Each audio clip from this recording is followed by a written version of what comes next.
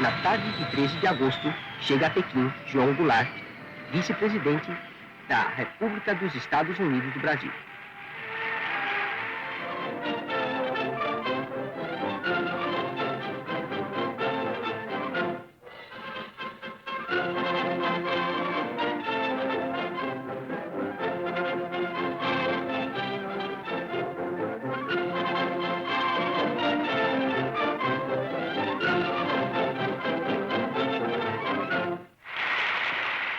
Sou portador de uma mensagem ao povo chinês, mensagem de amizade do povo brasileiro. Estou certo de estar contribuindo para a maior aproximação dos nossos povos, que podem e devem ser bons amigos.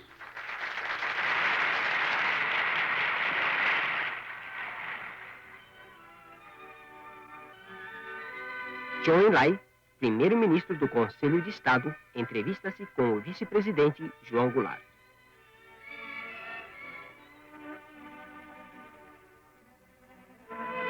Liu Shaoxi, presidente da República Popular da China, recebe o vice-presidente João Goulart. Os hóspedes de honra visitam o Museu de História da Revolução Chinesa. Esses caracteres chineses dizem: distribuamos a terra, a golpe de machado, inauguremos um novo mundo. E a golpes de foice, cortemos o universo velho. No dia 23 de agosto, o vice-presidente João Goulart termina sua visita à China e parte de Cantão para regressar ao Brasil. Chen Shen, vice-governador da província de Quantum, e outros dirigentes da província e da cidade, assim como multidões cheias de emoção, despedem-se dos hóspedes de honra na estação ferroviária.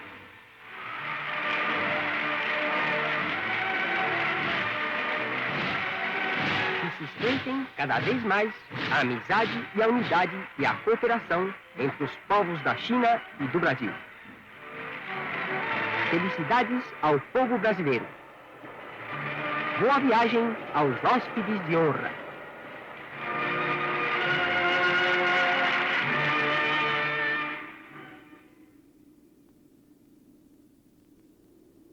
Passava pouco das 6 horas da manhã quando o presidente Jânio Quadros, como de hábito, trancou-se em seu gabinete. Naquele dia, porém, ele rascunhou os termos de sua renúncia que horas depois encaminharia ao Congresso Nacional, despertando os políticos de uma sonolenta sessão de sexta-feira. Sem que nada em sua expressão ou nos seus gestos traísse a decisão tomada, Jânio compareceu à cerimônia do Dia do Soldado. Vencido pelo que chamou de forças terríveis em seu bilhete de renúncia, foi fotografado pela última vez como presidente ao lado das forças ocultas. O ministro da Marinha, Silvio Eck, soou o alerta.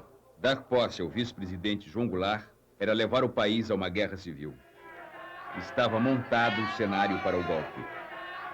Eu fui cientificado da renúncia por um telefonema do chefe do cerimonial da Presidência da República, ministro Macedo Soares. E imediatamente me ocorreu a ideia de reunir no Itamaraty aqueles amigos que eu pudesse convocar imediatamente, a fim de que nós prestássemos uma homenagem ao presidente que se retirava. E, felizmente, essa ideia teve sucesso, porque reuniram-se no Itamaraty não apenas meus amigos pessoais, como aqueles diplomatas que estavam então no Rio de Janeiro. Havia poucos em Brasília, a mudança da capital era recente, e muitos funcionários. Funcionários desde os mais humildes, os porteiros, os contínuos, os motoristas do Ministério, até aqueles de representação profissional que se encontravam no Rio de Janeiro.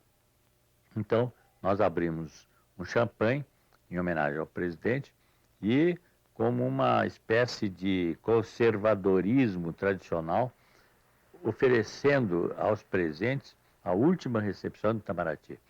Ele recebeu a notícia em Singapura, no Hotel Raffles, pela madrugada. Uma agência telegráfica americana telefonou e queria que ele dissesse alguma coisa sobre a renúncia do Jânio Quadros. Renúncia que ele soube naquele momento a notícia, né? Que ficou surpreendido. E me recordo, quer dizer, soube depois, que um dos acompanhantes, participantes dessa missão, que era o senador Barros de Carvalho, do PTB. E logo disse: "Ô, doutor Jango, vamos abrir uma champanhe para comemorar o futuro presidente." Mas o Jango era um homem muito precavido, né? Um homem muito com o pé no chão, né? E disse: "Olha, Barros, você quer tomar champanhe, não é inconveniente, vamos mandar buscar uma champanhe no bar. Agora, não para comemorar a minha chegada à presidência, mas sim em homenagem ao imprevisível."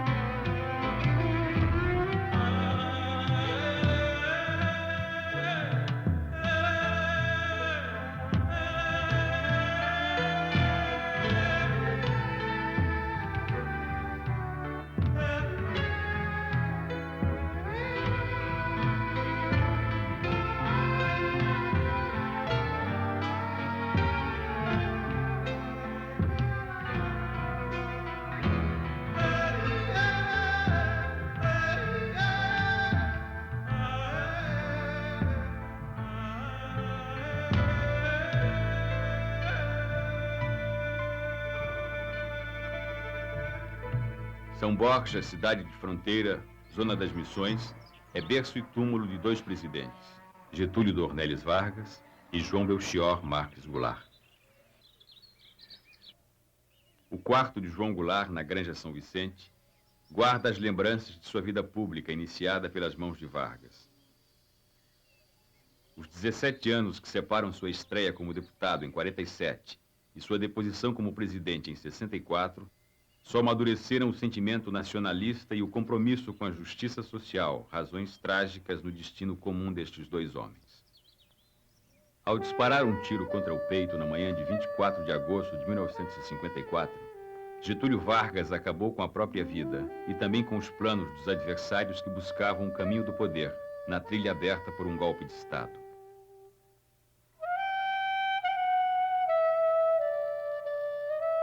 Tudo mudou naquelas horas que separam o suicídio de Vargas e a deposição, exigida na véspera por um ultimato militar.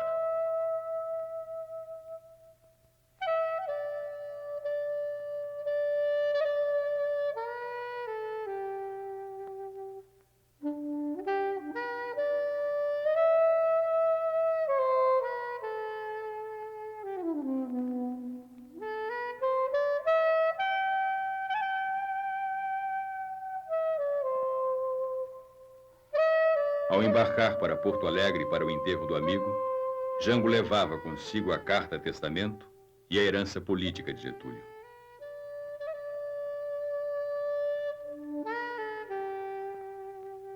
Nascido a 1º de março de 1918, Jango, 7º filho do casal Vicente e Vicentina Goulart, ricos proprietários de terras, teve uma convivência espontânea com os peões da fazenda. A juventude passada em Porto Alegre foi dividida entre a alegria da vida boêmia e os rigores da academia. No país dos bacharéis, também formou-se em direito e fez rápida escalada política. Deputado estadual em 47, federal em 50, secretário do Interior e Justiça no Rio Grande do Sul, presidente nacional do PTB.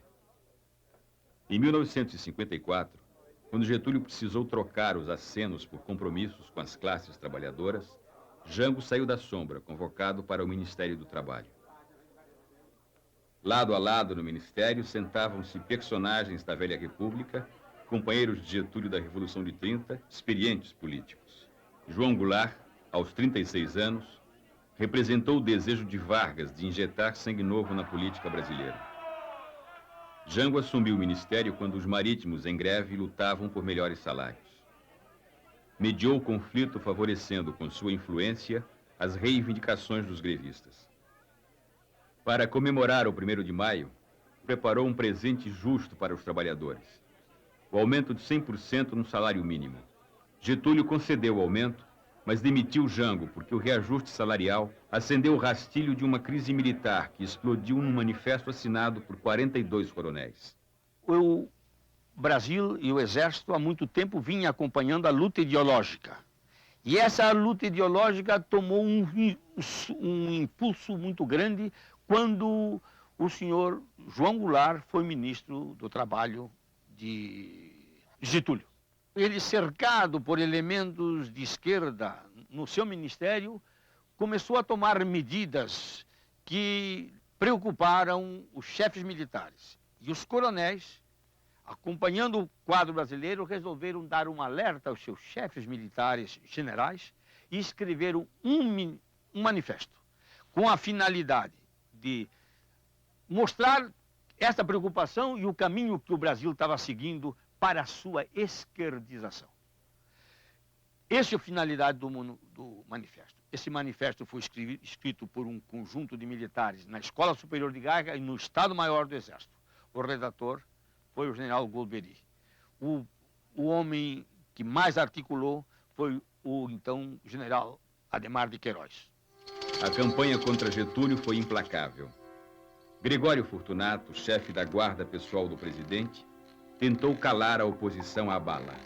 O atentado, que feriu o jornalista Carlos Lacerda e matou o major da aeronáutica Rubens Vaz na madrugada de 5 de agosto, facilitou a conspiração contra o governo.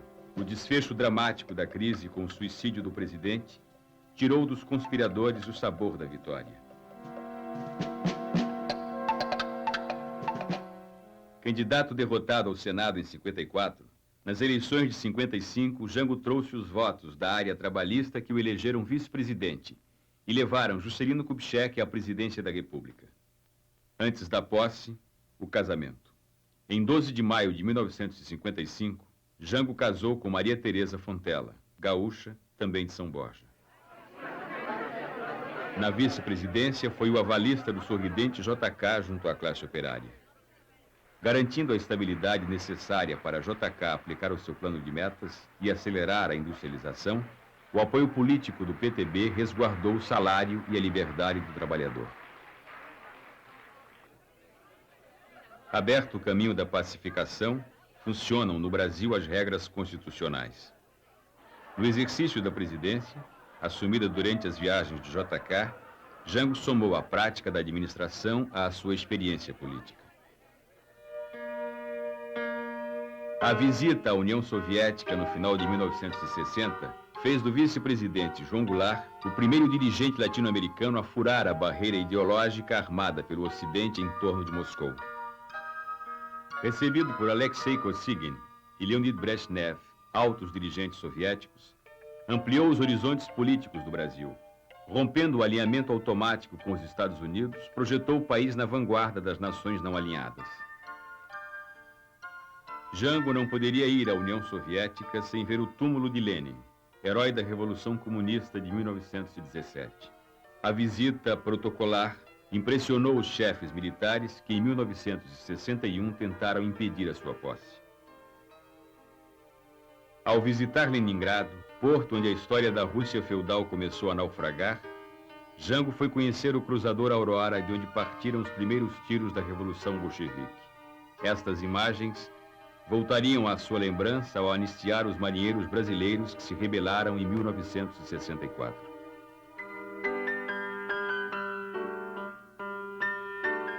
A descontração da viagem em ritmo alegre e informal fez o degelo da Guerra Fria.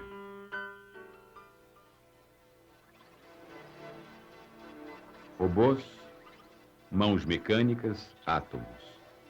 Jango descobriu na Rússia um mundo que entrava na era do Sputnik. O Brasil entrava na era da vassoura. A vitória de Jânio Quadros nas eleições presidenciais em outubro de 1960 tornou possível para a UDN matar sua fome de poder. Carlos Lacerda, Afonso Arinos e Magalhães Pinto foram os anfitriões da festa que converteu Jânio num udenista novo. Faixas, acenos, abraços e aplausos animaram o ritual da conversão. O Brasil estava contagiado pela febre janista. Dessa maneira, Jânio Quadros, esperança desse povo abandonado. Varre, varre, varre, varre, varre, vassourinha. Varre, varre a bandalheira. E o povo já está cansado de sofrer dessa maneira, Jânio Quadros. Para o PTB e os grupos de esquerda, o Marechal Henrique Teixeira Lott surgiu como candidato ideal à presidência da República.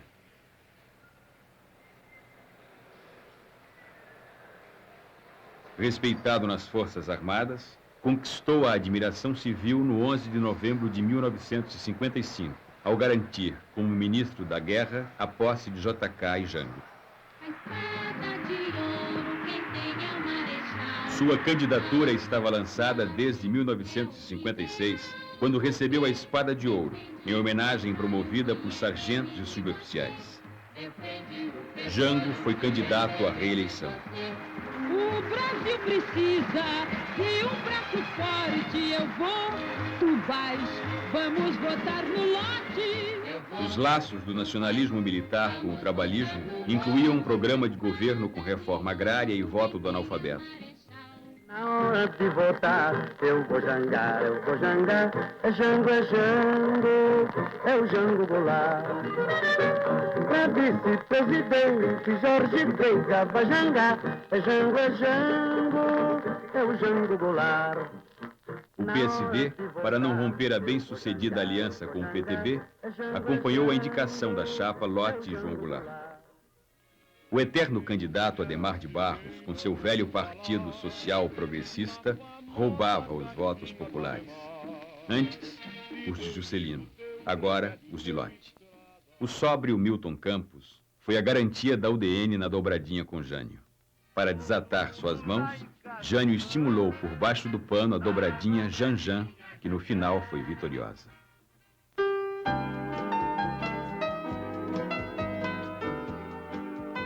Os 5 anos de JK sacudiram o Brasil. A modernização contagiou o país com a epidemia do novo. Bossa nova, cinema novo, nova capital. Sua arquitetura arrojada tornou-se a moldura futurista de um país que exibia antigos contrastes. JK partiu seguro de que voltaria. Quase 6 milhões de votos levaram Jânio ao poder. Logo sacaria uma surpresa da Capitola. Jânio iniciou um programa de reformas morais. Acabou com as corridas de cavalo durante a semana, adotou o slack como uniforme, fechou as rinhas de galo e proibiu o uso de biquínis na televisão. O país, que precisava de um estadista, tinha, enfim, um delegado de costumes. O governo cambaleava na ambiguidade. A política interna moralista selava seus compromissos com os padrões da classe média. Medidas econômicas como a Instrução 204, que criava a taxa única do dólar, beneficiavam os exportadores e investidores estrangeiros. O fim da subvenção na agricultura provocava a elevação no preço dos alimentos, aumentando a inflação. A política externa obedecia a outro modelo. A visita do presidente Sukarno abria as fronteiras de um novo entendimento com o bloco dos não alinhados, que se formou no início dos anos 60. Então, o presidente tinha uma espécie de contradição entre a expansão da personalidade brasileira no meio internacional e a limitação da sua situação econômico-financeira. Ele tinha que levar avante uma política que não era contraditória, mas que tinha que respeitar essas duas contingências, essas duas imposições. O Brasil estava maduro para a afirmação de uma personalidade internacional, mas estava atravessando uma fase em que ele precisava muito dos países com quem tinha relações econômico-financeiras para a manutenção da sua estabilidade financeira interna. A condecoração de Ernesto Che Guevara foi um gesto ousado demais para o gosto dos aliados internos do governo. Carlos Lacerda, até então seu mais poderoso aliado, rompeu com Jânio e abriu a crise que desembocaria na renúncia.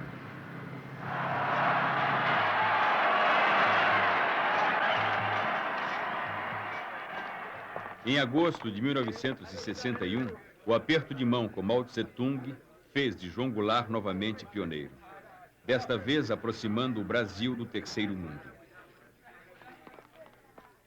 Jango rompeu as barreiras que separavam o Ocidente da República Popular da China. Na viagem a Pequim, ele repetia o ritual do degelo com Moscou. Para Jango, a amizade entre os povos superava as fronteiras ideológicas.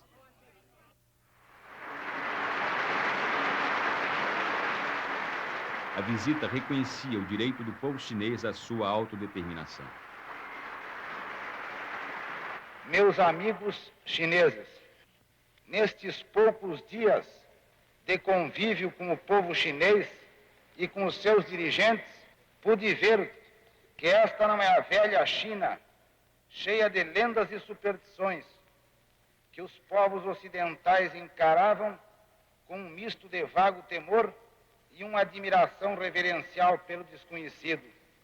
O vosso país dá-me a sensação de uma renovada juventude dentro de si mesmo. Ao primeiro contato convosco, diante da recepção calorosa que nos proporcionastes, senti-me como se estivesse hospedado na casa de um velho e bom amigo. Viva a amizade cada vez mais estreita entre a China popular e os Estados Unidos do Brasil.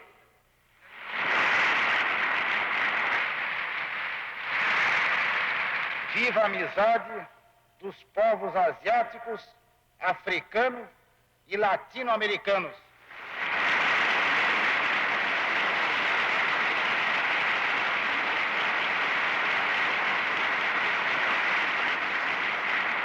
No dia 25 de agosto de 1961, explodiu a notícia da renúncia do presidente. Jânio deixou Brasília e se isolou na base aérea de Cumbica, em São Paulo, onde aguardou o desfecho dos acontecimentos. Na dúvida, um dos seus homens de confiança levou junto a faixa presidencial. Com o vice-presidente no exterior, o presidente da Câmara, Ranieri Mazzilli, assumiu interinamente a chefia do governo. Os ministros militares tentaram impedir o retorno e a posse de Jânio. E aqueles mais preocupados com o problema de luta que existia no Brasil, tomaram uma posição contra a subida de Jango, embora pessoalmente Jango não fosse um homem que nós tivéssemos uma atitude contrária por ele, mas pelos homens que o cercavam e que o estavam levando para um lado de esquerdismo que não era o que nós queríamos. E é preciso prestar atenção, é que nesse momento a guerra revolucionária já instalada no Brasil estava preconizando a conquista pacífica do poder. E era isto que nós queríamos evitar que ocorresse no Brasil. Que o Brasil fosse seguir o caminho da Tchecoslováquia. O meu primeiro gesto foi de oferecer garantias ao presidente Jânio Quadros, porque achávamos, nos primeiros momentos, que ele havia sido vítima de um golpe. Finalmente, eu consegui uma comunicação através do jornalista Castelo Branco com a base de Cumbica, em São Paulo. E o presidente Quadros mandou me dizer que realmente havia renunciado. A partir daquele momento, passamos a dirigir todo o nosso protesto, reivindicando a posse do vice-presidente. Tomei todas as medidas que cabia ao Estado em matéria de mobilização, para assegurar a ordem pública. Comuniquei-me com o comandante do Terceiro Exército, dizendo que, diante da situação, que ele também sabia, cabia ao Estado tomar todas as providências para resguardar a ordem pública.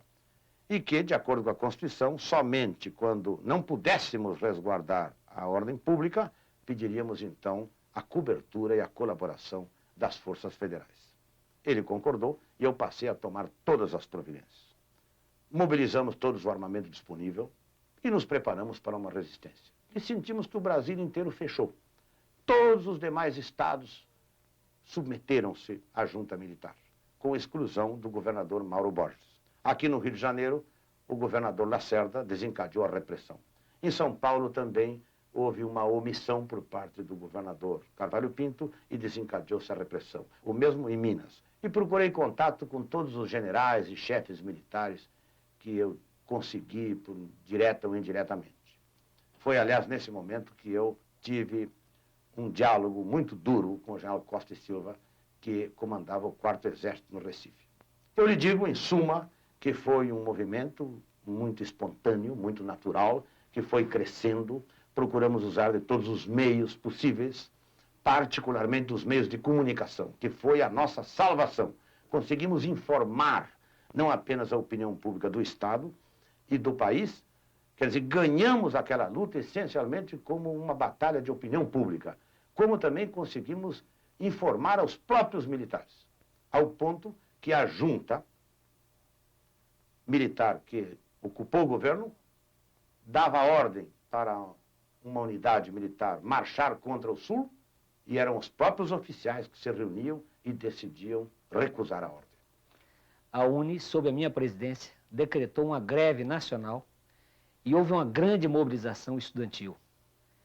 A diretoria da UNE decidiu deslocar a sede da União Nacional dos Estudantes para o Rio Grande do Sul, para ali, juntamente com o povo gaúcho e com o povo brasileiro, participar intensamente da campanha da legalidade. Eu tive a oportunidade de me dirigir aos estudantes universitários brasileiros pela cadeia da legalidade e participando de todo o processo de mobilização popular, de resistência ao golpe militar contra o presidente João Goulart.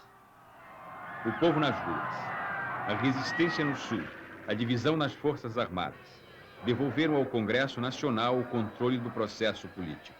Desta vez, os políticos não debatiam o impedimento de Jango, mas a sua posse. A legalidade foi restabelecida com uma solução de compromisso. O Congresso aprovou a emenda parlamentarista. No senta-levanta da votação, ainda havia indecisos.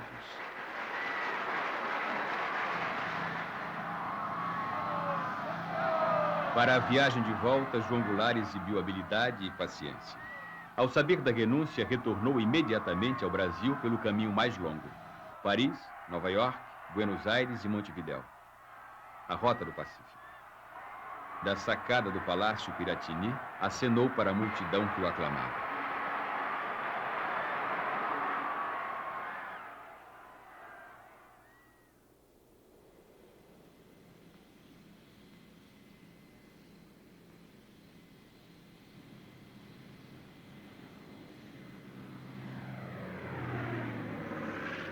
Na chegada a Brasília, políticos e militares se confraternizavam diante da solução pacífica da crise. Até mesmo os que haviam apostado no veto militar foram receber o novo presidente.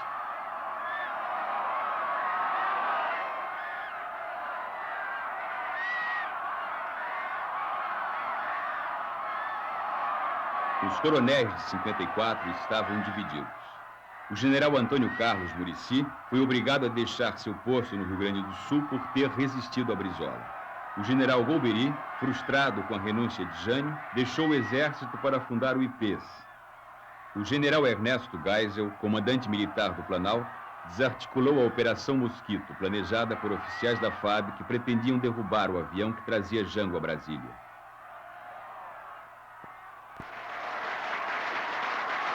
No dia 7 de setembro de 1961, Jango assumiu a presidência da República e anunciou que seu governo pretendia marcar uma nova independência do Brasil. Sabem os partidos políticos, sabem os parlamentares, sabem todos que, inclusive por temperamento, inclino-me mais a unir do que a dividir. Prefiro pacificar a acirrar ódios. Prefiro harmonizar a estimular ressentimentos. Promoveremos a paz interna, paz com dignidade, paz que resulte da segurança das nossas instituições, da garantia dos direitos democráticos, do respeito permanente à vontade do povo e à inviolabilidade da soberania nacional.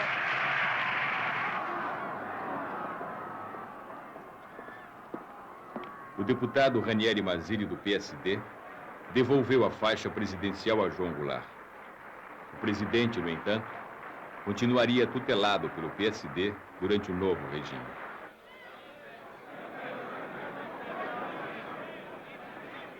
O primeiro gabinete parlamentarista teria a marca da moderação e o estilo do premier Tancredo Neves. A UDN e o Partido Democrata Cristão compunham o gabinete de conciliação. O PTB do presidente Goulart estava em minoria no ministério. A pressão popular seria o recurso para mudar a cadência das decisões ministeriais. O governo atendeu antigas demandas nacionalistas. Cancelou o contrato da Hanna Mining Corporation, multinacional do minério, e assinou o Estatuto Rural. Quando o senhor João Goulart veio para a presidência da República, nós trabalhávamos no campo, organizando ligas camponesas, associações camponesas e outras associações, em defesa da reforma agrária e das reivindicações mais sentidas dos camponeses pobres do Brasil. No governo dele, nós tivemos mais liberdade, porque aprofundamos essas organizações, principalmente no setor sindical. Foi realizado o primeiro Congresso Nacional dos Trabalhadores Agrícolas de todas as categorias de camponeses pobres em Belo Horizonte. O Congresso contou com a presença também do senhor Magalhães Pinto e do senhor João Goulart e bastantes senadores e deputados federais e outras autoridades administrativa e política na vida do país. O Goulart defendia a reforma de base, reforma agrária, reforma urbana, reforma tributária. Então nós entramos nessa luta. O que queríamos é que a massa camponesa participasse do grande processo de mobilização que estava se desenvolvendo no Brasil a partir de 1960. Em maio de 1962, o governo anunciou o propósito de alterar o artigo 141 da Constituição, que determinava a indenização prévia e em dinheiro para áreas desapropriadas. Sem esta mudança, a reforma agrária se transformaria apenas num grande negócio para especuladores. A luta ideológica ocupou as ruas. A propaganda de direita fazia de Cuba o pretexto para exibir em público suas velhas fantasias. A esquerda acreditava no sucesso do modelo cubano. A mobilização política em defesa do governo de Fidel Castro estava espalhada pelo Brasil. Senhor delegado de polícia, nós estamos num país constituidamente democrático. Nós estamos num país, senhor delegado de polícia, não há de ser nada. Não há de ser nada porque daqui... Em Pernambuco, na cidade de Caruaru, o líder comunista Davi Capistrano, que seria tragado pela violência do Estado nos anos 70, sofria a intolerância dos anos 60.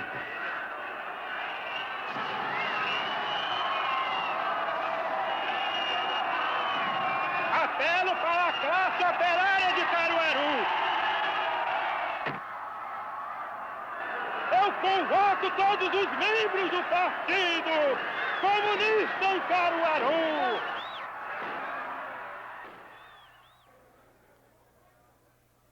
A escalada da violência terrorista deixaria sua marca na exposição soviética, que exibia no Brasil a nova bossa do mundo socialista e a tecnologia do leste da Europa.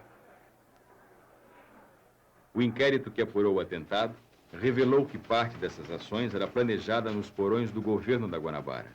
Entre os implicados, o chefe de polícia do Estado.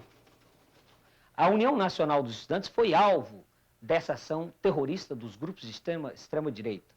O movimento anticomunista desencadeou uma ação contra a União Nacional dos Estudantes, metralhando a sede da UNE. Na verdade, o que estava ocorrendo é que se organizava no Brasil uma corrente fascista, organizações paramilitares que se organizavam, a direita se organizava, financiado por organizações estrangeiras, posteriormente, inclusive, tomou-se conhecimento disso.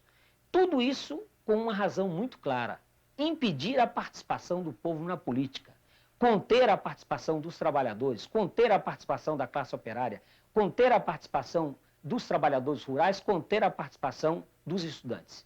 Porque nós estávamos exatamente numa caminhada para um processo de democratização maior, democratização econômica, democratização da propriedade da terra, democratização do poder político, democratização do saber. E as classes dominantes brasileiras, no seu racionalismo, quer dizer, os grandes grupos estrangeiros, as empresas multinacionais, quer dizer, os latifundiários, a grande burguesia brasileira, não podia admitir nem mesmo as limitadas reformas de base que o presidente Jango Goulart queria implantar no Brasil. O lance mais ousado do governo brasileiro foi sua política externa. O Itamaraty estabeleceu a diplomacia do não alinhamento, desatando os nós que prendiam os interesses do Brasil às decisões tomadas em Washington. O governo reatou relações com a União Soviética, votou contra a política colonialista na África e apoiou o direito de Cuba à sua autodeterminação. A política externa esbarrou nas fronteiras da dependência econômica. A pressão norte-americana levou o ministro Santiago Dantas a Washington, onde, sob um clima frio, negociaria os limites da dívida brasileira. Creio que estes dias de contato com as autoridades financeiras americanas e internacionais em Washington se desenvolvem dentro do que tive a oportunidade de anunciar ao povo brasileiro antes de partir do Brasil e que os seus resultados corresponderão à expectativa do povo brasileiro. A saber, o Brasil não pretende aumentar imoderadamente o seu endividamento e, pelo contrário, o que deseja é estabelecer condições que lhe permitam enfrentar os seus compromissos de acordo com sua capacidade de pagar. A viagem de João Goulart aos Estados Unidos em abril de 1962 conteve temporariamente o afastamento entre os dois países.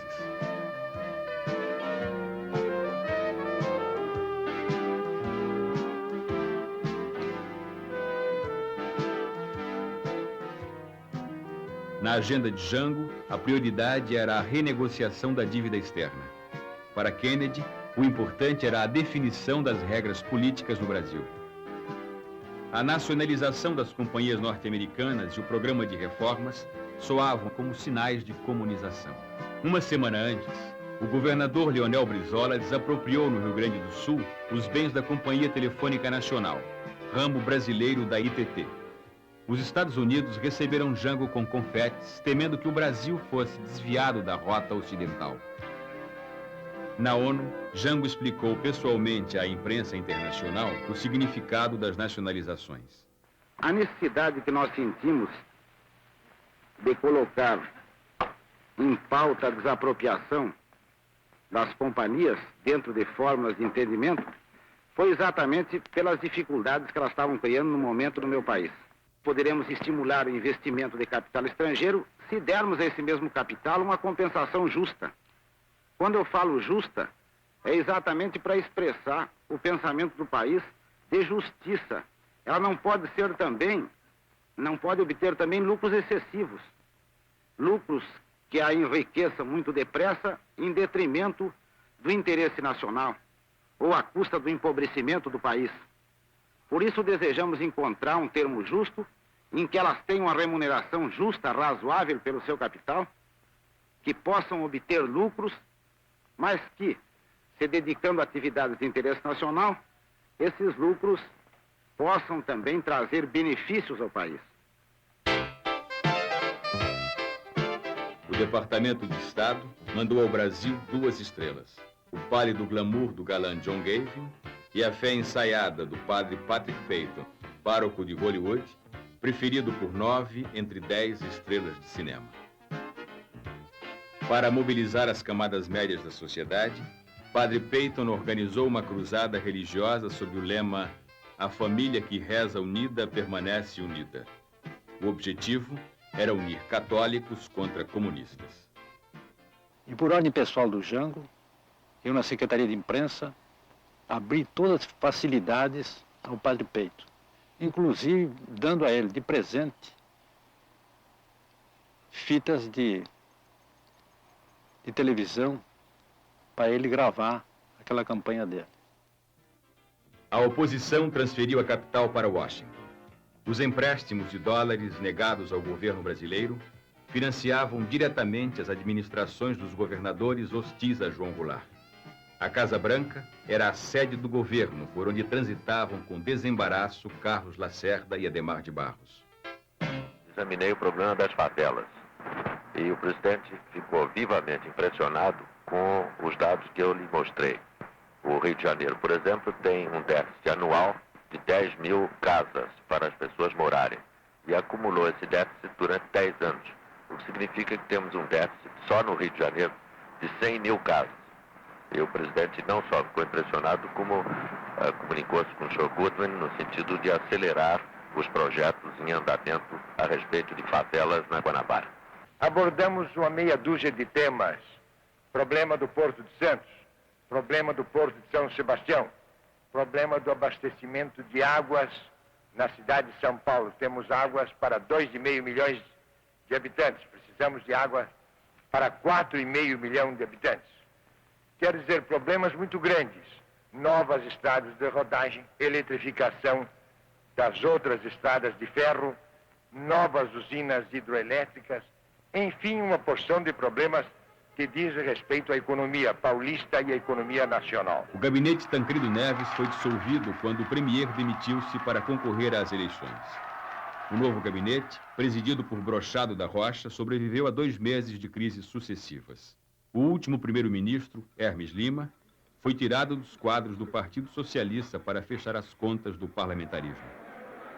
Com o presidencialismo à vista, as eleições de 1962 ganharam maior importância. No jogo eleitoral, a direita abriu seus trunfos. Para conter o avanço da esquerda, o Instituto Brasileiro de Ação Democrática, IBAD, ponta de lança do IPES, despejou mais de 2 milhões de dólares na campanha, sustentando a propaganda de 250 candidatos à Câmara Federal e vários governadores. Vencerão as instituições democráticas no entrechoque das ambições desenfreadas, da crise ao caos. O país pode ser arrastado a uma crise inconciliável. O que estamos fazendo nós para impedir que se coloque diante do povo brasileiro a trágica opção entre soluções antidemocráticas? Nós, os intelectuais, nós, os dirigentes de empresa, nós, os homens com responsabilidade de comando, nós que acreditamos na democracia e no regime da livre iniciativa, não podemos ficar omissos enquanto a situação se agrava dia a dia. A omissão é um crime. Isolados, seremos esmagados. Somemos nossos esforços. Orientemos no sentido único a ação dos democratas para que não sejamos vítimas do totalitarismo. E é justamente para coordenar o pensamento e a ação de todos aqueles que não querem ficar de braços cruzados diante da catástrofe que nos ameaça, que é necessário criarmos um organismo novo, com uma mensagem nova para a nova realidade do Brasil de hoje. Temos uma finalidade básica: evitar que a difícil situação que o país atravessa venha a comprometer nossas instituições democráticas e tradições cristãs. O Instituto de Pesquisas e Estudos Sociais tem essas finalidades básicas. Seus objetivos são claros e definidos. A ele caberá executar um plano que leve a esses objetivos: fortalecimento das instituições democráticas, superação do subdesenvolvimento, estabilização da moeda, moralização e eficiência da estrutura governamental. Mas o IPES não pode ficar em palavras. É preciso agir. O derrame de dólares não conteve a vitória de políticos comprometidos com as reformas. A bancada da UDN diminuiu e a do PTB aumentou. O PSD manteve a maioria. O novo Congresso ganhou outras feições. Os políticos reagruparam-se em frentes. De um lado, a Frente Parlamentar Nacionalista. Do outro, a Ação Democrática Parlamentar, trincheira da reação contra as reformas. Um dos aspectos mais importantes da atuação dessa direita parlamentar, que embora na Ação Democrática Parlamentar, de ação democrática pouco ou nada tinha, foi justamente conseguir transformar a atuação legislativa num palco para conflitos. Conflitos que certamente eram baseados em reais interesses econômicos, mas que eram apresentados como batalhas ideológicas. O povo, convocado para decidir a sorte do sistema parlamentarista, devolveu a Jango os poderes que lhe foram tirados. 15 milhões de eleitores foram às urnas. Quase 10 milhões disseram não ao parlamentarismo. Restava a Jango 3 anos de governo. O presidente, em minoria no Congresso, organizou o Ministério de Conciliação, onde o PSD tinha maioria e a esquerda maior influência.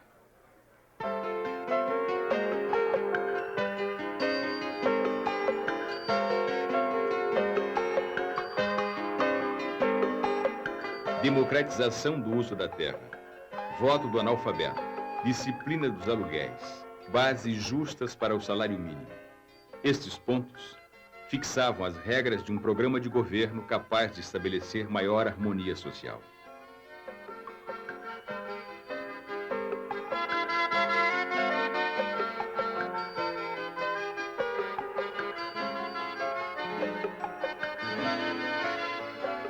Jango propunha o fim da fome e da miséria, num país onde a justiça sempre foi o lado obscuro da democracia. A situação do Nordeste recebeu atenção particular do governo. Sobre os planos do presidente, recairiam em 64 as mesmas acusações feitas a ele, ministro do Trabalho, em 54. Fomentador de greves, articulador da luta de classes, inimigo do capitalismo. Os trabalhadores rurais, mobilizados pelo processo de transformação social, eram despertados contra a secular miséria do campo. A perspectiva de pequenas mudanças num país de grandes desigualdades reacendeu ilusões. Milhares de trabalhadores, sem terra e sem trabalho, embarcaram nesse trem de esperanças, saltando das páginas da literatura para o cenário político. Jango, com as reformas, fez o Brasil viver sua utopia.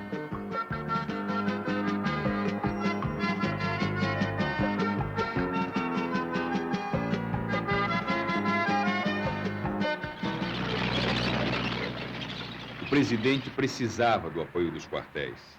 A tradição de intervenção militar na vida política já não tinha sabor de aventura. O improviso da década de 20 deu lugar à ideologia no final dos anos 40. A Escola Superior de Guerra, formada em 1950 nos moldes do War College norte-americano, montou seu próprio modelo político, baseado no conceito de segurança e desenvolvimento. Em desafio ao regulamento disciplinar, os sargentos elegeram 2 representantes nas eleições de outubro de 62. Inconformados com a decisão da lei que impugnou a posse dos eleitos, os sargentos, seguindo uma tradição militar, se rebelaram. Jango teve que puni-los para não deixar um rombo na disciplina que podia botar a pique o próprio governo. Sindicatos, estudantes e políticos mobilizaram-se em favor dos revoltosos. O presidente anistiou os sargentos, tomando uma decisão que tradicionalmente só beneficiava a oficiais. A atuação política dos sargentos atemorizava os chefes militares. O general Osvino Alves, homem de fé nacionalista e prestígio na tropa, fazia um esforço pessoal no comando do 1º Exército para puxar o apoio da oficialidade para o governo.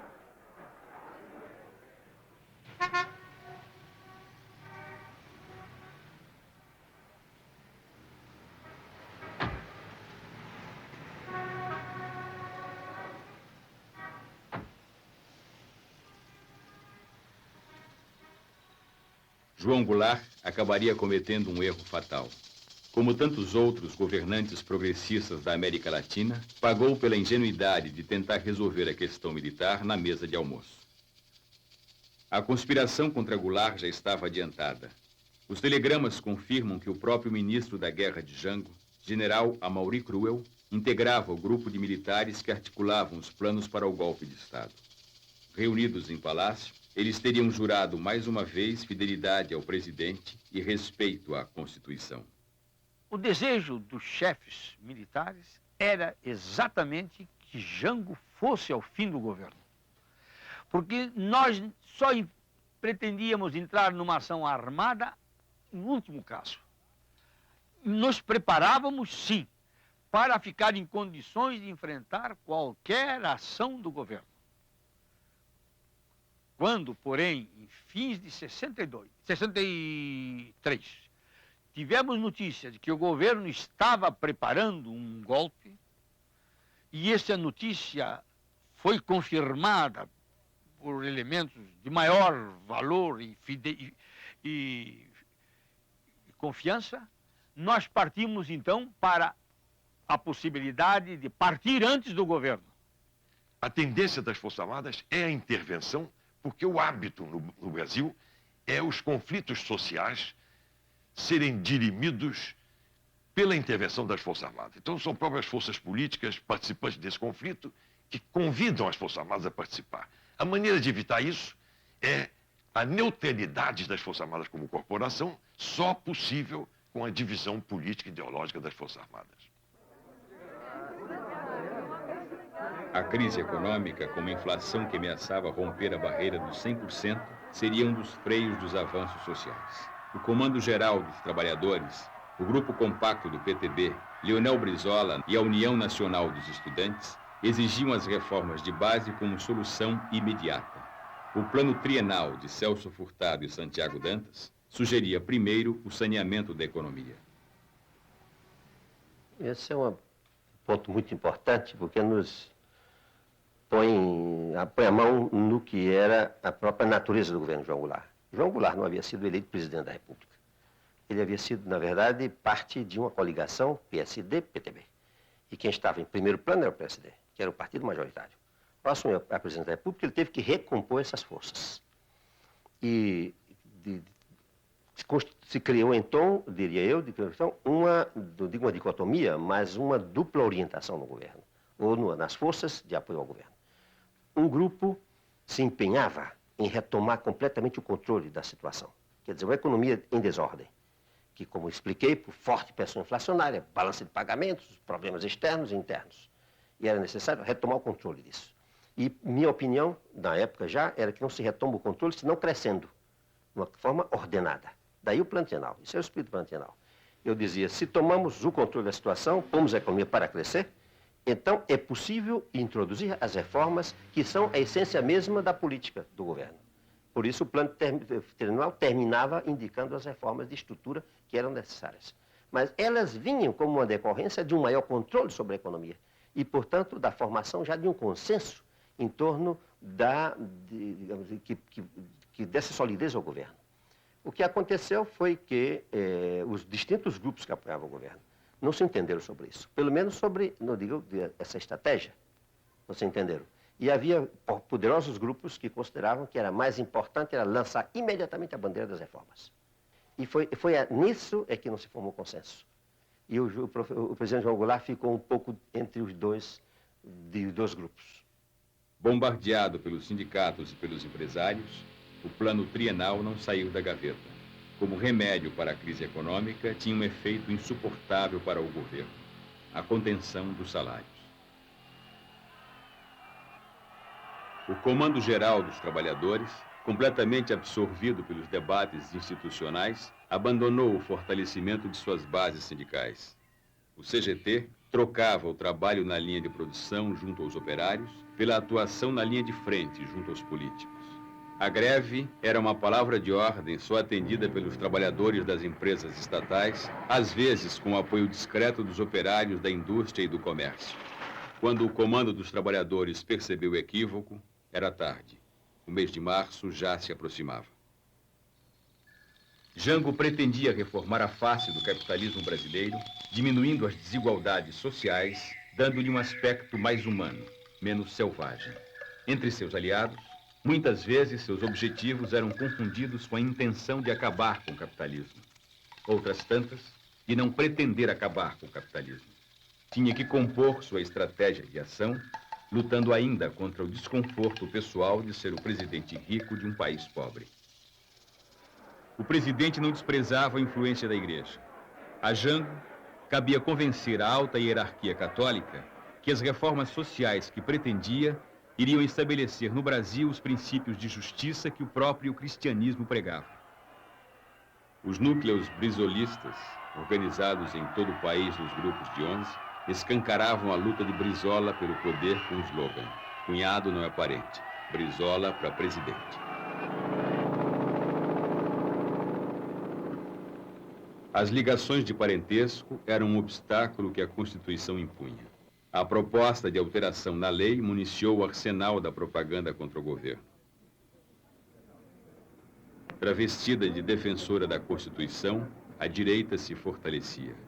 O alarido da campanha convenceu a classe média, setores militares, igreja e empresários de que o governo queria mudar a Constituição para acabar com a democracia.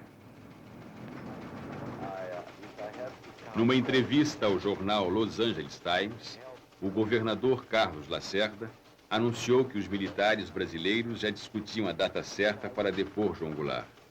Os ministros militares, indignados, pediam a punição de Lacerda.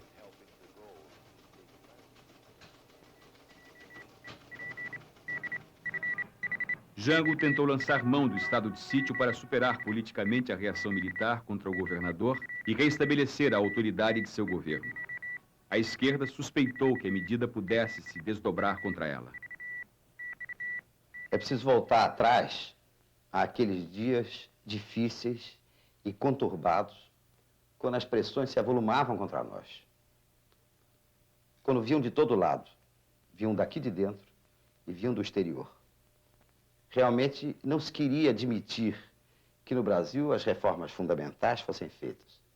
Nós tínhamos notícias de que em São Paulo, Adhemar de Barros, e no estado do Rio de Janeiro, Carlos Lacerda, se preparavam de uma forma ativa para uma revolução ou para um golpe. O estado de sítio foi decidido no Rio de Janeiro, numa reunião de Jango com o seu ministério e com seus ministros militares.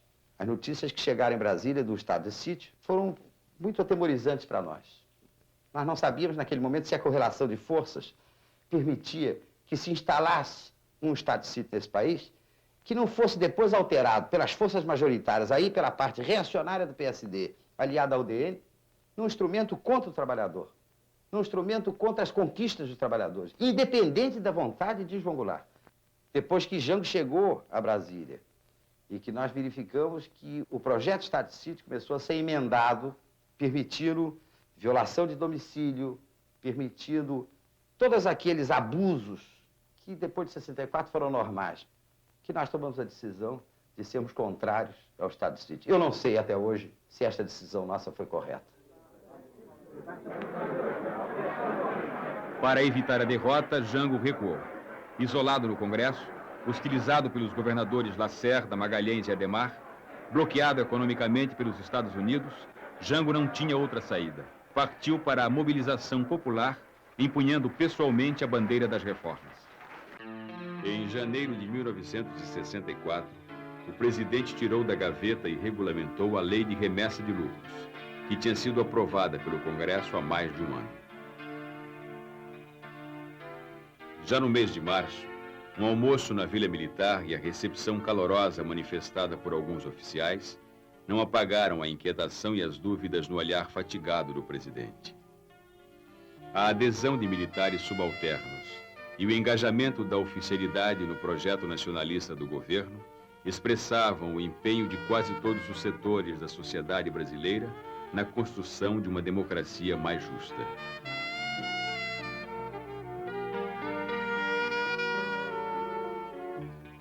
O fantasma das reformas que apavorava a classe dominante brasileira ganhou corpo no mês de março. Na sua estratégia de mobilização popular, o governo convocou um grande comício no Rio de Janeiro. O comício da Central, como ficou conhecido, foi marcado para uma sexta-feira, 13. Tudo foi cuidadosamente preparado. Dos alto-falantes à segurança, nada podia sair errado quando o presidente levasse a mensagem das reformas ao povo. Estava pronto o cenário para o último ato. O mês de março de 64 foi um mês de grandes atividades e de grandes preocupações. A subversão levada pelo governo estava em crescimento dia a dia e nós já tínhamos decidido enfrentarmos o que fosse feito pelo governo. Quando veio o comício do dia 13, nós recebemos esse comício quase como um assinte, uma bofetada no Exército, feito ao lado do quartel-general, com cartazes francamente subversivos da ordem democrática. Aquilo chocou profundamente aos militares. E dias antes do dia 13, eu tomei conhecimento, por um oficial meu subordinado, de que havia um grupo de oficiais que pretendia acabar com o movimento da maneira mais violenta possível. Eu julguei aquilo muito grave. Levei o fato ao conhecimento do general Castelo Branco no Estado-Maior do Exército e do general Costa Silva no Departamento de Produção e Obras. Ambos, e particularmente o general Castelo, ficaram muito preocupados e disseram: mas não pode haver isso, o comício deve se produzir, o comício nós não devemos interferir e é preciso evitar que isso aconteça. Realmente era importante que aquilo acontecesse, porque nós tínhamos consciência de que a revolta no Exército aumentaria contra um governo que estava querendo desestabilizar a democracia no Brasil. Por esse motivo, eu e outros companheiros, entre eles o general Aragão, que também tomou conhecimento deste preparativo, atuamos e no dia 13, pela manhã, ao chegar ao quartel-general, eu procurei um desses elementos que estava no grupo e perguntei: fulano, como é que está? Está resolvido? Não vai haver? General, não, ninguém vai interferir. Só não consegui falar com um. Você sai e vai falar com esse um. O comício não pode ter a menor interferência nossa. A consequência foi imediata. No dia seguinte, no Ministério, todo mundo só comentava o comício e a revolta era generalizada. Isto é, nós tínhamos ganho numerosos elementos que ainda não tinham decidido romper com a legalidade, o que é muito difícil, como eu já disse. Então, o comício do dia 13 nos deu uma série imensa de elementos corretos, leais e que estavam ainda presos à ideia da legalidade absoluta. Bem, o Comista Central é uma espécie de tentativa para acelerar o processo das reformas, né? E muita gente o aconselhou que ele não fizesse aquele comício, que seria, sob certos aspectos, uma provocação. E que ele não anunciasse aquelas reformas, muitas que talvez não fossem possíveis de realizar. Aí o Jango, me lembro bem, declarou: não, eu não tenho problema de ordem de ficar ou não no governo. O meu problema é que eu tenho que realizar essas reformas. Eu prefiro cair e cair de pé.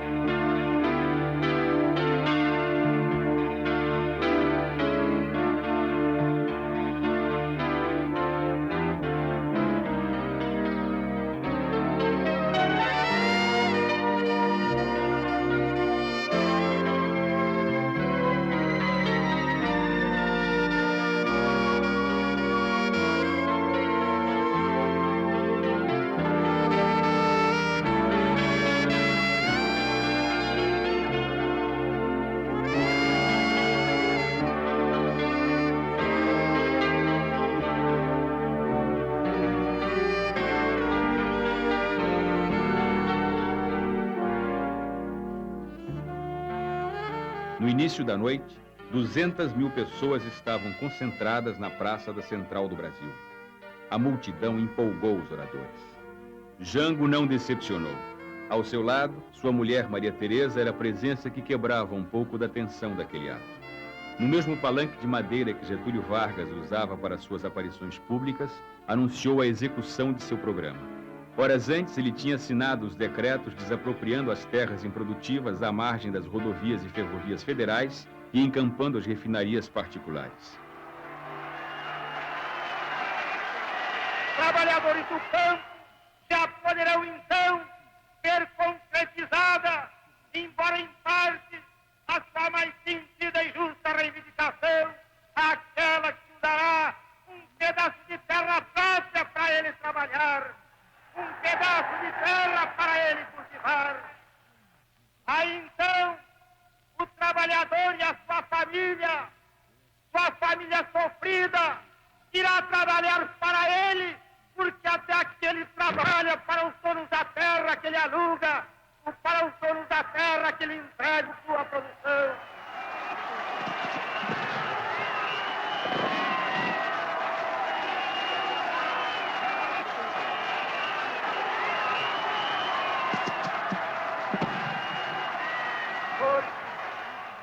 Com o alto testemunho da nação e com a solidariedade do povo, reunido na praça que só o povo pertence, o governo, que é também o povo e que também só o povo pertence, reafirma seus propósitos inabaláveis de lutar com todas as suas forças pela reforma da sociedade brasileira. Não apenas pela reforma agrária, mas pela reforma tributária, pela reforma eleitoral ampla, pelo voto do analfabeto, pela elegibilidade de todos os brasileiros, pela pureza da vida democrática, pela emancipação econômica, pela justiça social e ao lado do povo, pelo progresso do Brasil.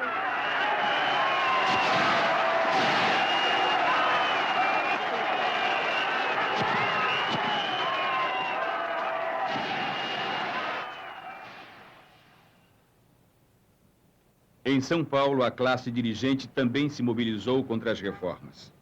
Com o apoio do governo do Estado, da sociedade rural e dos setores da igreja, foi organizada a Marcha da Família com Deus pela Liberdade.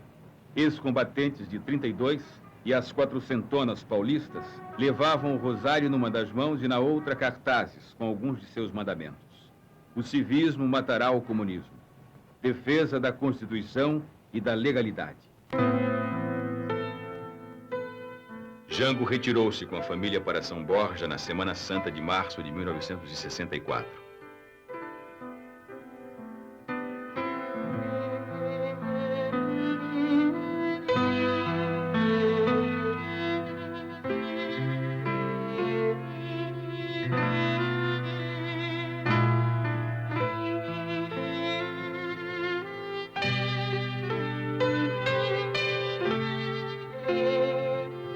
Fotos mais antigas do álbum de família revelam os hábitos descontraídos do presidente fazendeiro. A companhia de Maria Teresa, o churrasco, o chimarrão, a cavalgada nos campos, que desta vez foram vividos em clima de tensão. Aliás, esta seria a última vez que Jango estaria com a família na estância por onde passaria rapidamente em abril, solitário, rumo ao exílio no Uruguai.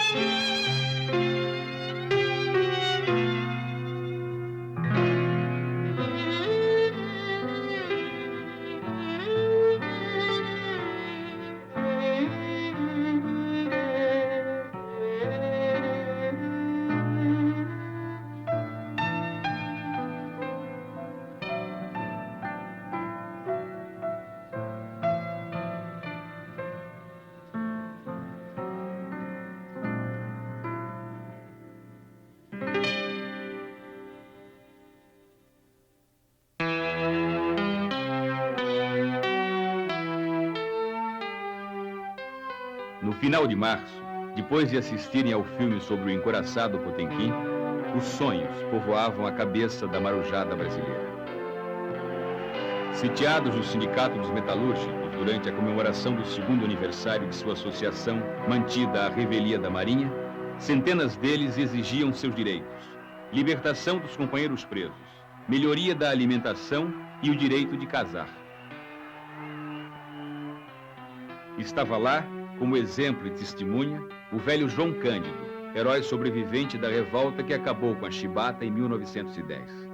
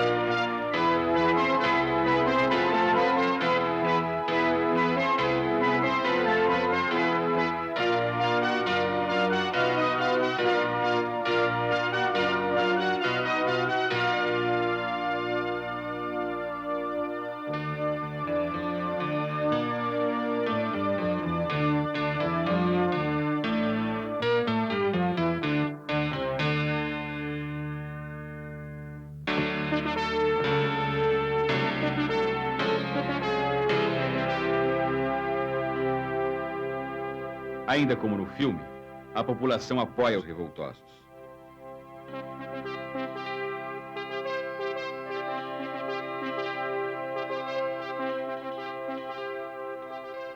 Amotinados no clube naval, em nome da disciplina, os oficiais exigiam a punição dos rebeldes. De volta ao Rio, Jango encontra uma solução. Os marinheiros são presos e, em seguida, libertados.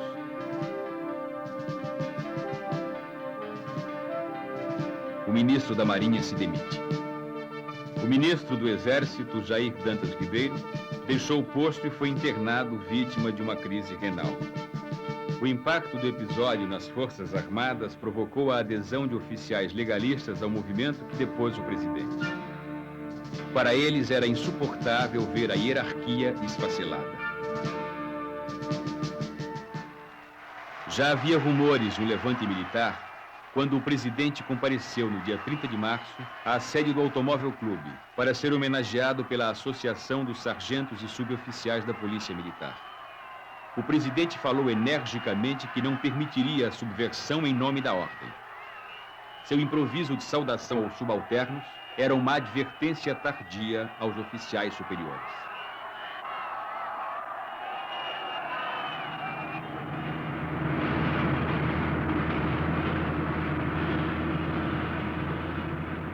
Na madrugada do dia 31, poucas horas depois de terminada a festa, as tropas do general Olímpio Mourão Filho, comandante da 4ª Região Militar, já avançavam sobre a Guanabara. O levante, vindo de Minas Gerais, precipitava o golpe. Na Guanabara, tanques do exército rolavam sobre a cidade sem encontrar resistência. A classe média exorcizou seus fantasmas, incendiando o prédio da União Nacional dos Estudantes. Na tarde do dia 1º de abril, na zona sul do Rio de Janeiro, já se comemorava a vitória. O presidente João Goulart tinha deixado a Guanabara, reduto do inimigo, seguindo para Brasília. A capital também não oferecia segurança ao presidente. Jango partiu para Porto Alegre. A batalha no Congresso seria rapidamente decidida.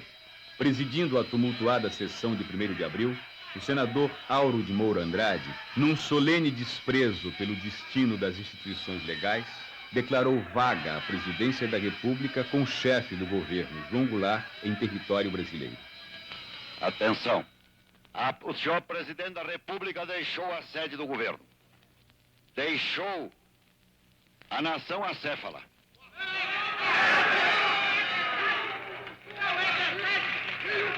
Numa hora gravíssima da vida brasileira, em que é mister que o chefe de Estado permaneça à frente do seu governo. Abandonou o governo. E esta comunicação faço ao Congresso Nacional. Esta cefalia configura a necessidade do Congresso Nacional como poder civil imediatamente tomar a atitude que lhe cabe nos termos da Constituição brasileira. Para o fim de restaurar nesta pátria conturbada a autoridade do governo e a existência de governo. Não podemos permitir que o Brasil fique sem governo abandonado.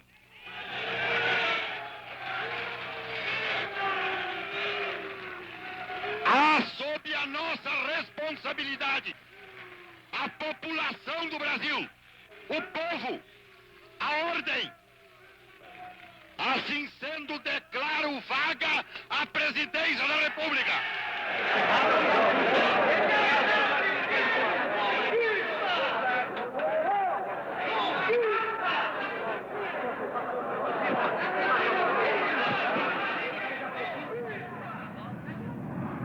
Para o Rio Grande do Sul, a derrota ainda não estava consumada. O ex-governador Leonel Brizola usava pelo rádio sua melhor arma. O povo nas ruas prometia reeditar a resistência de 61. Quando o presidente João Goulart chegou a Porto Alegre, já em plena crise, houve uma reunião na residência do comandante do Terceiro Exército, que era o general Nadário Telles. Aliás, uma grande figura humana e de chefe militar. Estava o presidente João Goulart, 8 generais e eu. E a minha proposta foi o seguinte, que o presidente se retirasse para o interior do Rio Grande do Sul, mais precisamente para a região de São Borja, e que, naquele momento, nomeasse o general Nadário ministro do Exército, e eu aceitaria a nomeação de ministro da Justiça, e que nós iríamos tratar da resistência. Pediu a palavra ao general Nadário e disse que estava inteiramente de acordo com a minha proposta, que o Terceiro Exército possuía armamento para organizar corpos de civis que poderiam atingir a mais de 100 mil homens, além das tropas do Exército, e que considerava a situação complexa, difícil, que possuía alguns bolsões dentro do Terceiro Exército, mas que ele considerava possível defender a legalidade. A decisão final dessa reunião coube ao presidente, que decidiu que não houvesse resistência, porque considerava que seria um tributo de sangue demasiadamente grande que o povo brasileiro teria que pagar para restaurar os seus direitos. Aliás, eu comecei a preparar-me para uma eventual reação de Minas Gerais 1 ano e meio antes de março de 64, quando eu convoquei o coronel Zé Geraldo para comandar a Polícia Militar. Eu lhe dei incumbência de prepará-la para uma reação, porque eu estava certo que, com as dificuldades que eu tinha com o governo, eles acabariam querendo fazer uma intervenção em Minas, e eu reagiria. Então, eu preparei-me mais para uma reação a uma intervenção do que para depor um presidente. Magalhães tinha assumido uma responsabilidade nacional. E, nesse caso, ele achou que devia fazer, junto ao Palácio da Liberdade, um governo que tivesse também um caráter nacional. Para isso, ele convocou Milton Campos, Zé Maria de Alckmin e eu. Eu fui prevenido disso com algumas semanas de antecedência e fui cientificado de que seria informado no dia em que fosse necessária a minha presença em Belo Horizonte. A minha função, que era de ministro sem pasta, nós três, Milton Campos, Zé Maria de Alckmin e eu, fomos nomeados secretários sem pasta. E a minha função de secretário sem pasta era a obtenção de um eventual apoio internacional para o reconhecimento da nossa condição de beligerância, caso as condições efetivas do movimento que se preparava chegassem até esse ponto. O reconhecimento de beligerância, como você sabe bem, importa no fornecimento de elementos capazes de auxiliar o movimento político que está em andamento. Não foi necessário. E nós sabíamos, confiávamos na vitória. E houve uma reunião mesmo nossa em que antes estávamos todos imaginando o tempo que duraria. A previsão era de durar uns 6 meses de luta, no mínimo. Eu era considerado um homem optimista. Achava que em 1 mês se acabava. O único que acertou foi o Golbery, que disse: cai como castelo de cartas.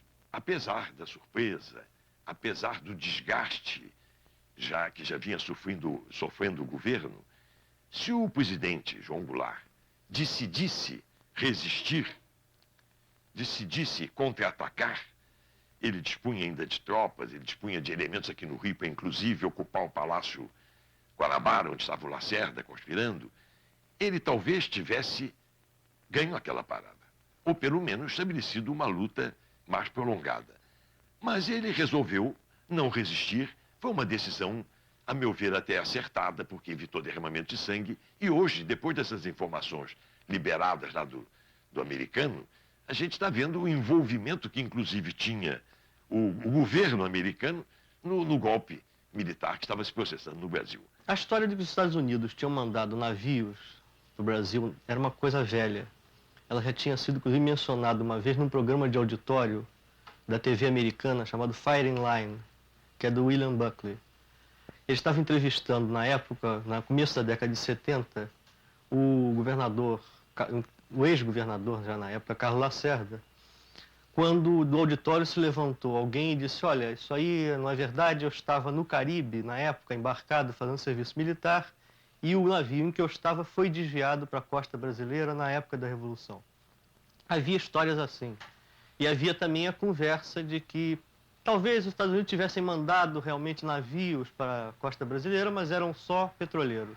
O que se descobre na Operação Brother Sun é que ela em conjunto era uma coisa muito maior. Quer dizer, ela de verdade incluía os 4 petroleiros. Os 4 petroleiros vinham abastecidos para garantir o suprimento de combustível da Revolução se o movimento tivesse que durar, encontrasse muita resistência e tivesse se prolongado por mais de um mês. Havia 136 mil barris de gasolina comum, querosene para aviação, havia tudo isso. Também houve a movimentação de navios de guerra, que eram, se não me engano, 6 destroyers. Um porta-aviões foi mandado para a costa brasileira, navio especializado em transporte de helicópteros, 24 aviões de combate e transporte. Houve um embarque muito grande de munição, que não chegou sequer a ser trazido para o Brasil, mas foi embarcado nos Estados Unidos. Esses navios, de vários pontos do Atlântico, começam a convergir para a costa brasileira. Pouco antes da madrugada do dia 2 de abril, toda a operação é desmobilizada quando chega o aviso de que os militares já tinham tomado o poder. Essa era a Operação Brother Sun. No dia 2 de abril, com os gaúchos desmobilizados, Jango partiu para São Borja e, em seguida, para o exílio no Uruguai.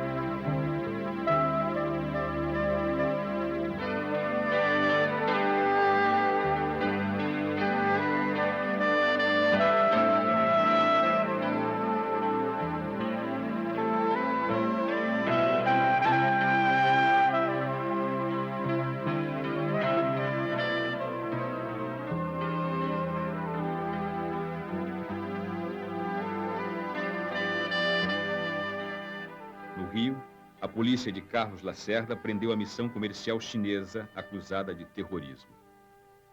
Coube ao velho defensor de presos políticos Sobral Pinto provar a inocência dos diplomatas. O líder comunista Gregório Bezerra, arrastado pelas ruas do Recife, foi jogado na cadeia.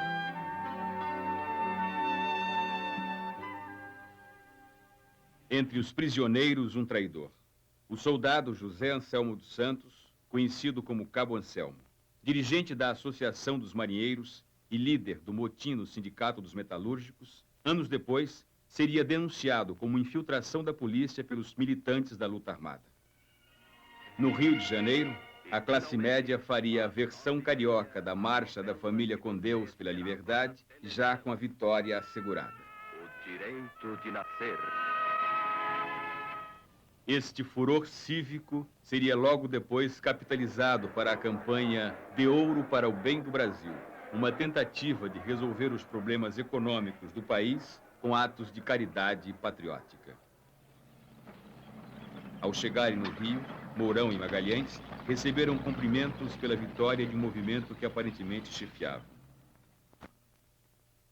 Em minha interpretação, ocorreram 2 golpes em 64. O primeiro golpe foi um golpe típico latino-americano. Algumas forças civis apoiando um movimento militar que surgiu lá em Minas Gerais e que realmente, seus aspectos exteriores, era realmente o que nós conhecemos da história da América Latina. Agora, no curso daquele golpe, houve o outro, deu-se o outro, por dentro. Este foi o que ficou e acabou expelindo todos os personagens, civis e militares, que participaram do primeiro.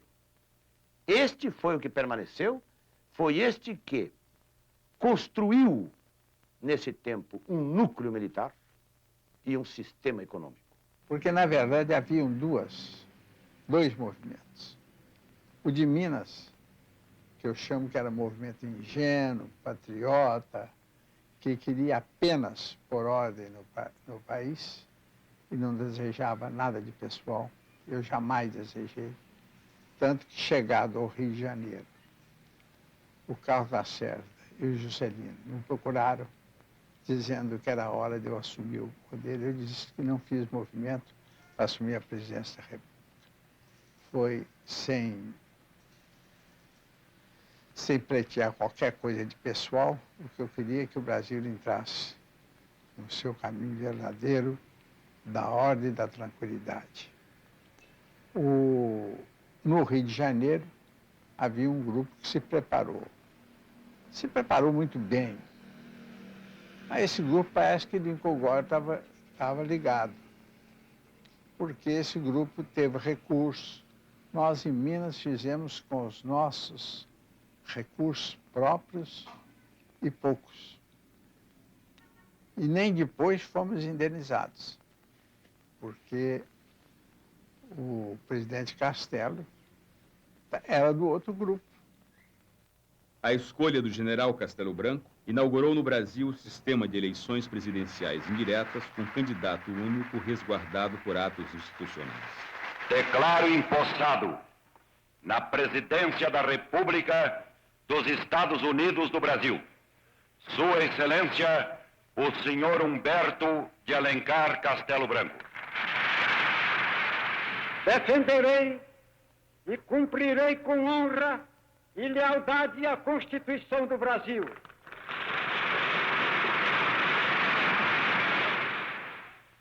Caminharemos para a frente com a segurança de que o remédio para os malefícios da extrema esquerda não será o nascimento de uma direita reacionária. Meu procedimento será o de um chefe de Estado sem tergiversações, no processo para a eleição do brasileiro, a quem entregarei o cargo a 31 de janeiro de 1966. 1964 fechava o ciclo dos coronéis de 54. Desta vez, eles estavam unidos e tinham um programa. Os conceitos forjados na Escola Superior de Guerra substituíam a justiça social pelo desenvolvimento e a democracia pela segurança.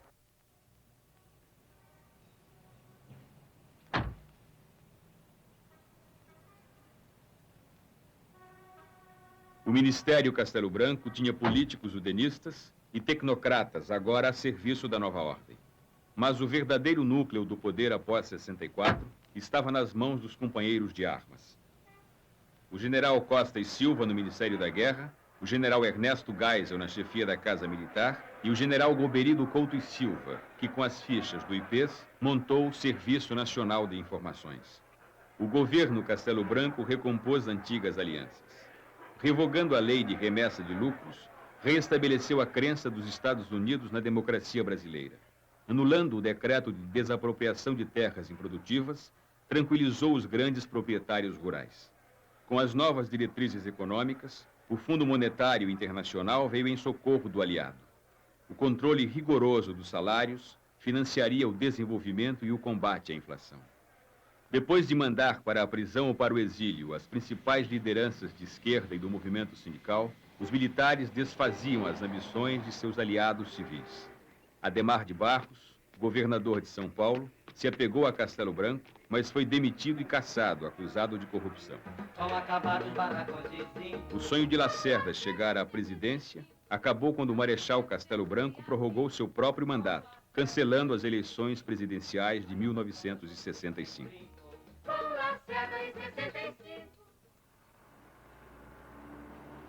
As eleições para os governos estaduais fizeram de JK o centro da resistência civil.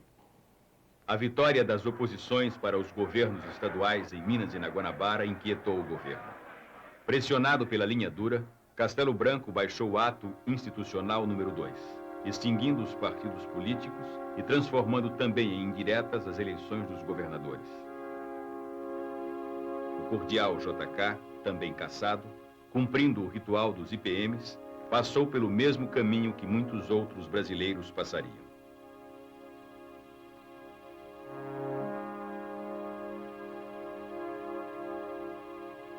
O fazendeiro Jango, exilado no Uruguai, vivia a angústia e as incertezas da espera. A volta, tão desejada, não tinha data marcada. A amargura daqueles dias tirava até mesmo dos aniversários dos filhos o sabor da festa. O desejo de ver o Brasil redemocratizado fez Jango, no exílio, aliar-se a Carlos Lacerda e a JK para formar a Frente Ampla, que logo foi proibida. Diminuía gradativamente o espaço para os movimentos de oposição. Lacerda seria o nome mais ilustre a figurar na próxima lista de cassações.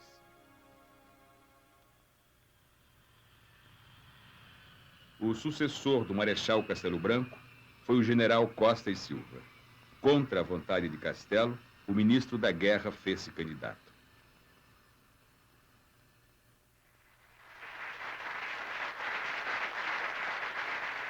No Congresso, sob aplausos da Arena e o silêncio do MDB, Costa e Silva tomou posse.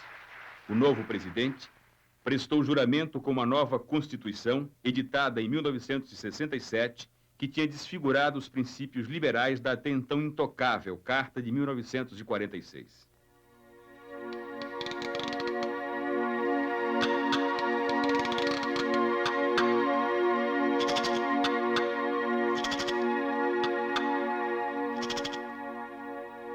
A marginalização do povo e o fracasso das soluções políticas abriram caminho para as passeatas. Os movimentos de protesto promovidos por estudantes, intelectuais e profissionais liberais, violentamente reprimidos, levaram à radicalização.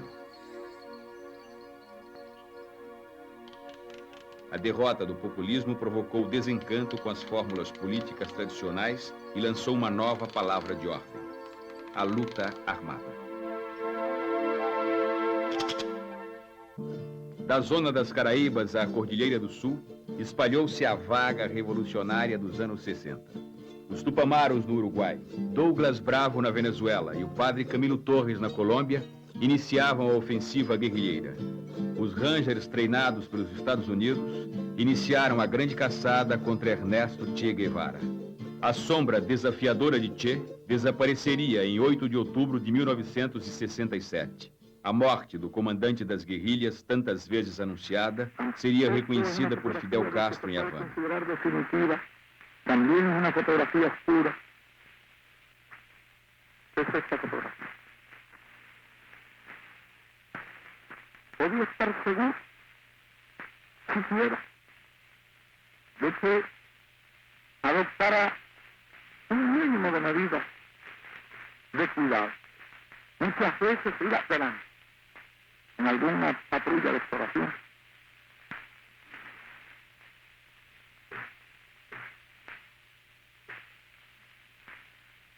Es posible que él, por otra parte, muy consciente de la misión que se había asignado, en el valor relativo de los hombres.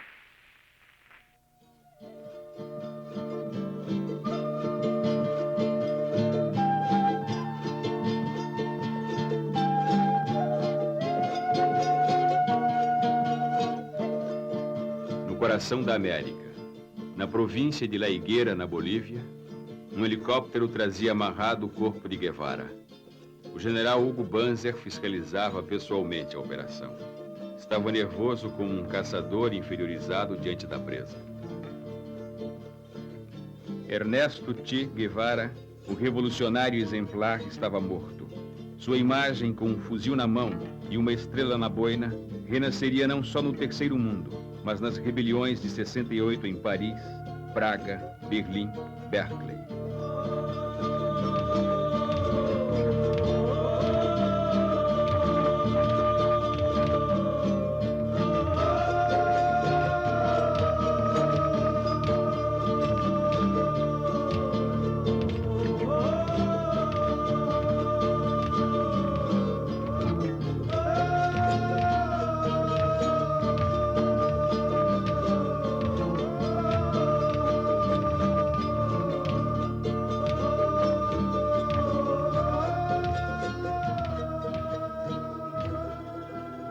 O menino Edson Luiz, assassinado a tiros no Rio de Janeiro, seria a primeira vítima dos choques entre a polícia e os estudantes.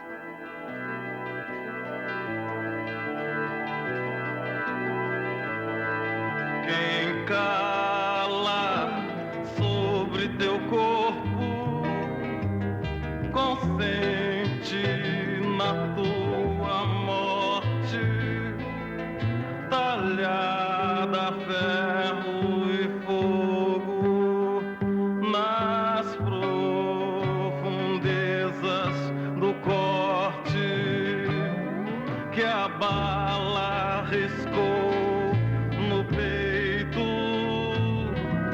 Quem cala morre contigo, mais morto que estás agora. Relógio no chão da praça, batendo, avisando a hora que a raiva traçou. No incêndio, repetindo o brilho de teu cabelo. Quem grita vive contigo.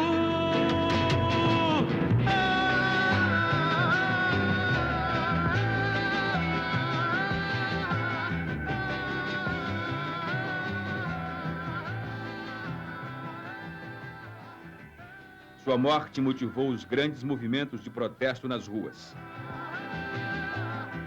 Claro, ficou decidido na Assembleia dos Intelectuais que eles comparecerão em massa à passeata.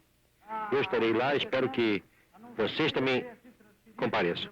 Você, Tony? Devemos comparecer todos. Eu vou como mulher, como atriz, como mãe, como cidadã. Eu vou porque eu quero que a opinião pública saiba que nós índios temos muita coragem para desmanchar o mito do que o estudante está querendo uma coisa errada e a desordem. Eles são a nossa esperança e nós estamos de braços abertos para aceitar todas as suas reivindicações. Eu me sinto orgulhosa de meus filhos participarem disso. Estarei na rua, tenho 2 filhos universitários. Eu prefiro que meus filhos estejam na rua a estarem fumando maconha, em roda de iê fumando maconha.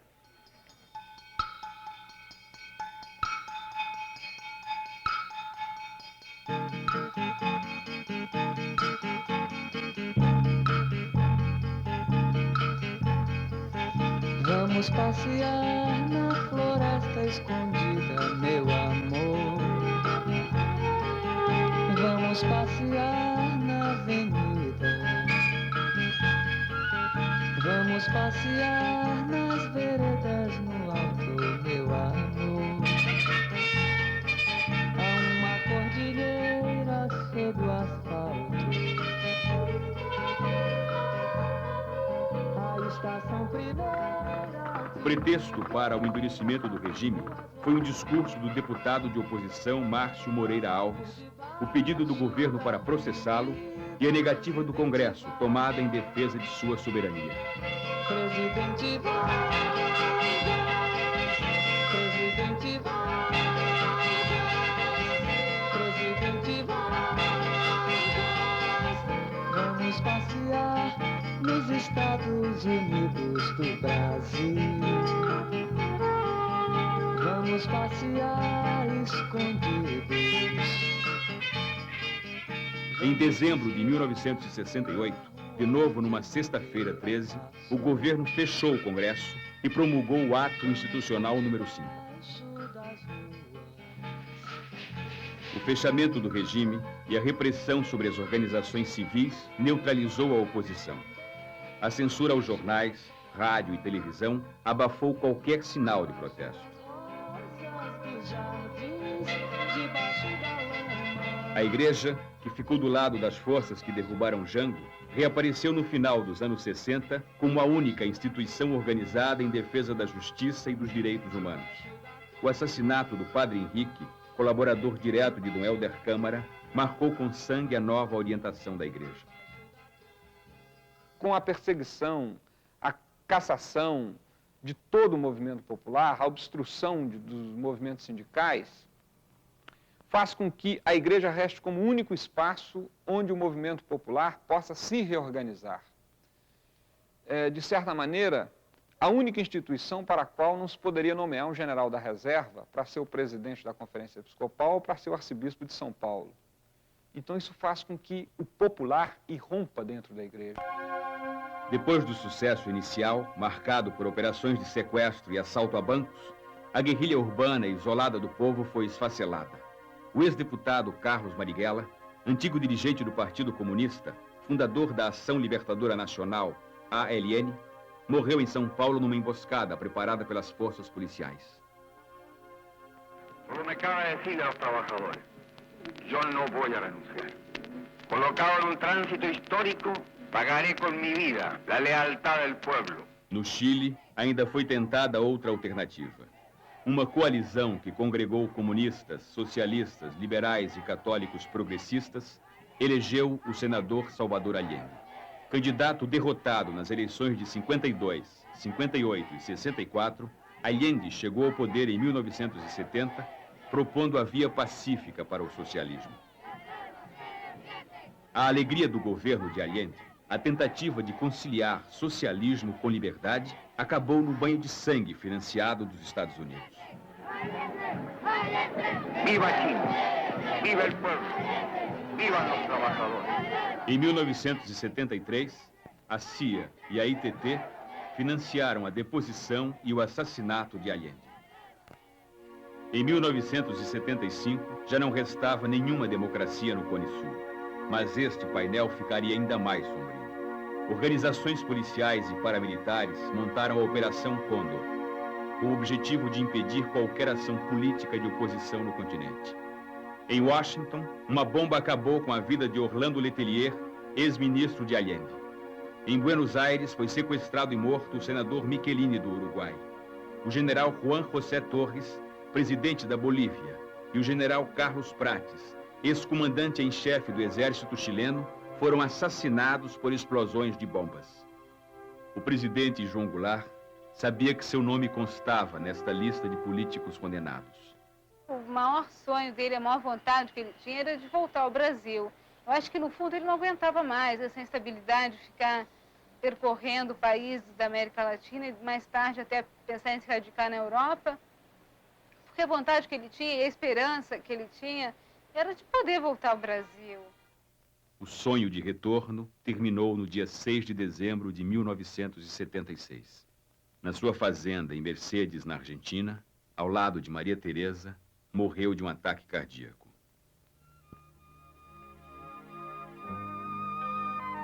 O jornalista Carlos Castelo Branco registrou assim a sua morte. O presidente João Goulart, sem condições de voltar ao Brasil, compelido a deixar a Argentina e aconselhado a não permanecer no Uruguai, morreu como um peão perdido à procura do caminho de volta ao seu galpão.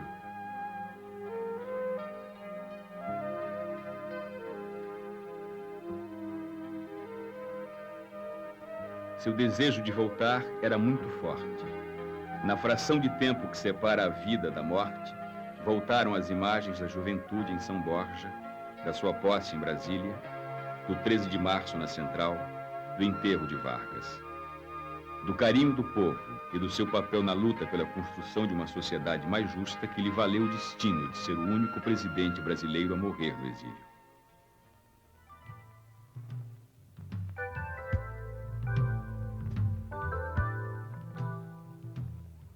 dia 7 de dezembro, o corpo de João Goulart atravessou de volta a fronteira do Brasil para ser enterrado em São Borja. Haviam-se passado 12 anos desde que ele saíra para o exílio. A família, os amigos e ex-auxiliares estenderam sobre o caixão do ex-presidente da República a bandeira da anistia. O silêncio foi a versão oficial do governo.